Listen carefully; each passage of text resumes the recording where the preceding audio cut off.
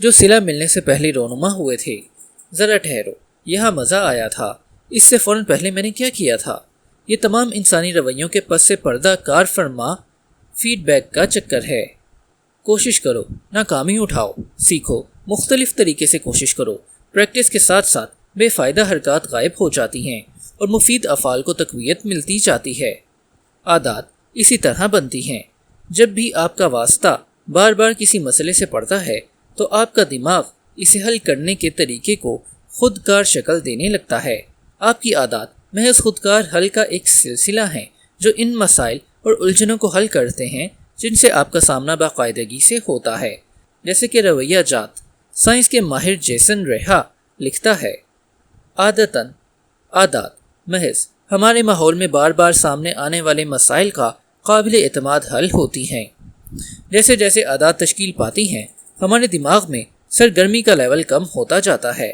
آپ کامیابی کی پیش گوئی کرنے والے اشاروں پر توجہ مرکوز کرنا اور دیگر تمام چیزوں کو نظر انداز کرنا سیکھ لیتے ہیں۔ آئندہ جب ایسا ہی کوئی اور مسئلہ سامنے آئے تو آپ کو معلوم ہوتا ہے کہ کن چیزوں پر توجہ رکھنی ہے۔ اب ہر زاویے سے صورتحال کا تجزیہ کرنے کی ضرورت باقی نہیں رہتی۔ آپ کا دماغ صحیح و خطا کے پروسیس کو چھوڑ دیتا ہے اور ایک ذہنی اصول مقرر کر لیتا ہے۔ اگر ایسا ہے تو پھر ویسا ہوگا۔ جب بھی مناسب صورتحال درپیش ہوگی، ان ذہنی ہدایت ناموں پر خودکار انداز میں عمل کیا جا سکے گا۔ اب جب بھی آپ دباؤ کے شکار ہوں گے تو آپ کے اندر دوڑ لگانے کی خواہش پیدا ہو جائے گی۔ جیسے ہی آپ کام سے گھر واپس آئیں گے، فوراً ویڈیو گیم سنبھال لیں گے۔ ایک فیصلہ جس کے لیے پہلے ہی سوچنا پڑتا تھا اب خودکار ہو گیا ہے۔ ایک عادت تشکیل پا گئی ہے۔ عادات ذہنی شارٹ کٹ ہیں جنہیں تجربے کے ذریعے سیکھ لیا گیا ہے۔ ایک طریقے سے کوئی عادت محض ان اقدامات کی ایک یاد ہے جو آپ نے ماضی میں کسی مسئلے کو حل کرنے کے لیے کیے تھے۔ جب بھی حالات موزوں ہوں گے، آپ اس یاد سے استفادہ کرتے ہوئے خودکار انداز میں وہی حل آزما سکیں گے۔ دماغ ماضی کو بنیادی طور پر اسی وجہ سے یاد رکھتا ہے تاکہ اس بارے میں بہتر پیش گوئی کی جا سکے کہ مستقبل میں کون سا طریقہ کام کرے گا۔ عادات کی تشکیل سے بے حد فائدہ ہوتا ہے کیونکہ شعوری ذہن ہمارے دماغ کا سب سے تنگ حصہ ہے۔ یہ ایک وقت میں صرف ایک مسئلے کی طرف توجہ دے سکتا ہے۔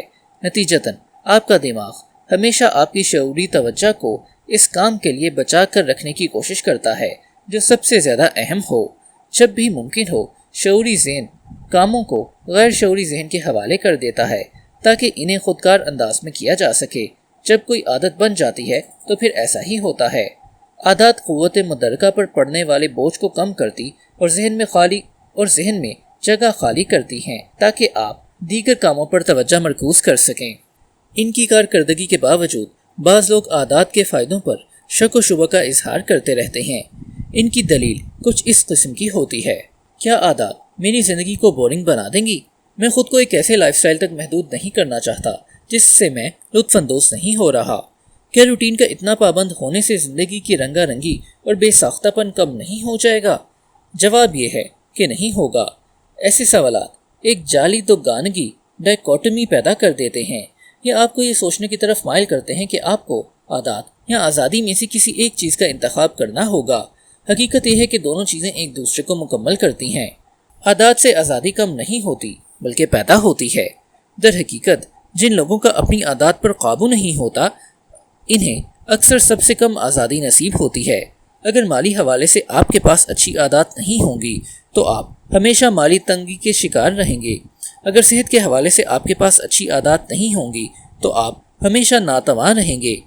اگر سیکھنے اور علم حاصل کرنے کے حوالے سے آپ کے پاس اچھی عادات نہیں ہوں گی تو آپ ہمیشہ وقت سے ایک قدم پیچھے رہیں گے۔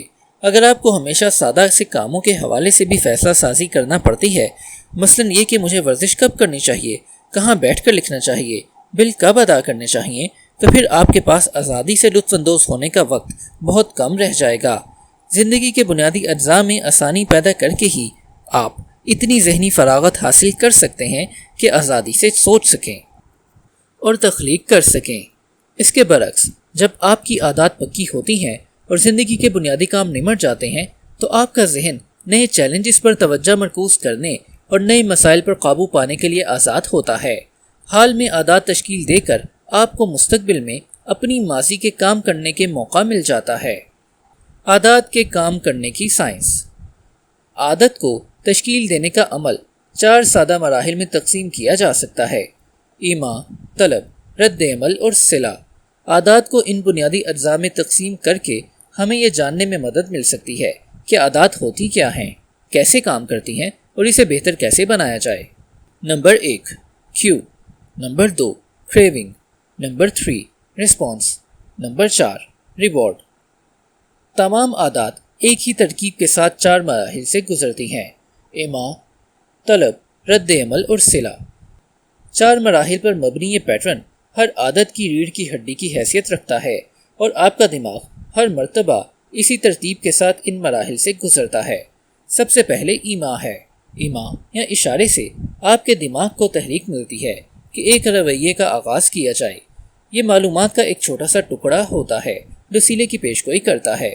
ہمارے قبل از تاریخ کے اجداد ان اشاروں پر توجہ مرکوز کر رہے تھے جو بنیادی نوعیت کے سلوں جیسا کہ خوراک، پانی اور جنسی تعلق کے ملنے کے مقامات کی نشاندہی کرتے تھے۔ آج ہم اپنا زیادہ تر وقت ان اشاروں کو سیکھنے پر صرف کرتے ہیں جن سے ثانوی درجے کے سلوں کا پتہ ملتا ہے، جیسا کہ دولت اور شہرت، اقتدار اور مرتبہ، تحسین اور ستائش، محبت اور دوستی یا ذاتی تسکین کا ایک احساس۔ آپ کا ذہن ہر وقت آپ کے داخلی اور خارجی ماحول کا تجزیہ کرتا اور سلوں کے جائے وقوع کی نشاندہی کرنے والے اشارے ڈھونڈتا رہتا ہے۔ چونکہ ایما اس امر کا پہلا اشارہ ہوتا ہے کہ ہم سلے کے نزدیک ہیں، اس لیے قدرتی طور پر اس سے طلب کی راہ کھل جاتی ہے۔ طلب دوسرا مرحلہ ہے اور اسے ہر عادت کے پس پردہ قوت محرکہ کی حیثیت حاصل ہے۔ محرک یا تمنا نہ ہو، تبدیلی کی طلب نہ ہو تو ہمارے پاس حرکت میں آنے کی کوئی وجہ نہیں ہوتی۔ آپ کو عادت کی طلب نہیں ہوتی بلکہ اس تبدیلی کی طلب ہوتی ہے جو عادت کی وجہ سے حاصل ہوتی ہے۔ آپ کو سگریٹ کی طلب نہیں ہوتی، آپ کو تسکین کے اس احساس کی طلب ہوتی ہے جو اس کی وجہ سے ملتا ہے۔ دانت صاف کرنے سے آپ کو تحریک نہیں ملتی بلکہ منہ صاف ہو جانے سے اطمینان کا جو احساس ملتا ہے، اس سے تحریک ملتی ہے۔ آپ ٹیلی ویژن آن نہیں کرنا چاہتے، آپ چاہتے ہیں کہ آپ کا دل بہلایا جائے۔ ہر طلب کا تعلق اپنی باطنی کیفیت تبدیل کرنے کی خواہش سے ہوتا ہے۔ یہ ایک اہم نقطہ ہے جس پر ہم آگے چل کر تفصیل میں بات کریں گے۔ ہر انسان کی طلب مختلف ہوتی ہے۔ اصولی طور پر معلومات کا ہر ٹکڑا طلب کو متحرک کر سکتا ہے، لیکن عملی طور پر دیکھا جائے تو ہر ایما ہر شخص پر اثر نہیں کرتا۔ جواری کے لیے سلاٹ مشینوں کی آواز ایک طاقتور محرک ثابت ہو کر ایک خواہش کی ایک شدید لہر کو جنم دے سکتی ہے، لیکن جوئے میں کبھی کبھار حصہ لیتا ہو، اس کے لیے کسینوں میں اٹھنے والی جھنکاریں اور جھنجھناہٹیں محض شور کی حیثیت رکھتی ہیں۔ جب تک ایما کی تشریح نہ ہو اس کے کوئی معنی نہیں ہوتے۔ مشاہدہ کرنے والے کے خیالات، احساسات اور جذبات ایما کو طلب میں تبدیل کرتے ہیں۔ ادب سارائے